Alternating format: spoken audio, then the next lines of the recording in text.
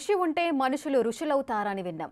కరీంనగర్ జిల్లా రామమడుగు మండలానికి చెందిన సాయి కిరణ్ యూపీఎస్సీ ర్యాంకు సాధించి ఆ మాట నిజం చేశారు. సామాన్యమైన కుటుంబంలో పుట్టి జాతీయ స్థాయి 27వ ర్యాంకు సాధించారు. రెండో ప్రయత్నంలోనే సివిల్స్ ర్యాంకు సాధించి చాలా మందికి స్ఫూర్తి కలిగించారు. 2021లో వచ్చింది. సో ఇప్పుడు 3 సంవత్సరాల నుంచి ప్రిపేర్ అవుతున్నాను. ఇది నా సెకండ్ అటెంప్ట్ అండి. సో ఫస్ట్ అటెంప్ట్లో ఇంటర్వ్యూ స్టేజ్ వరకు వెళ్ళాను, బట్ ఫైనల్లీ ఒక 18 మార్క్స్ మిస్ అయింది.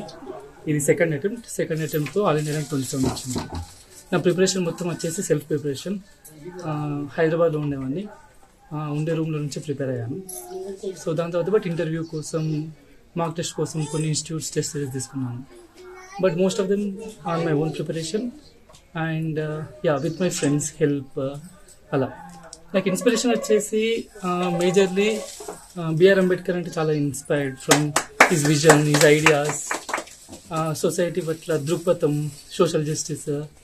అదంతా కొంచెం ఎదిగే కొద్దీ, ఏజ్ వచ్చే కొద్దీ, అవగాహన వచ్చే కొద్దీ, సో కొంచెం సొసైటీ గురించి తెలుసుకొని, సో మనం కూడా ఏదైనా కాంట్రిబ్యూట్ చేయొచ్చు సొసైటీకి ఒక పాజిటివ్ వేలో అని అనిపించి ఎగ్జామ్ రాశాను.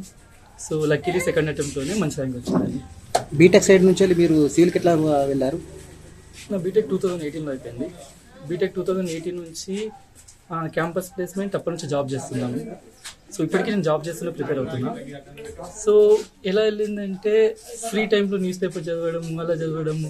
సో ఒక టెక్నికల్ డొమైన్లోనే కాదు, మనం ఇంకా సొసైటీలో పీపుల్కి క్లోజ్గా ఉంటే ఇంకా we can do more wonders, we can solve real life problems అని అనిపించి ట్రై చేద్దామని అనిపించిందండి. మీ చదువు ఎక్కడ కొనసాగింది?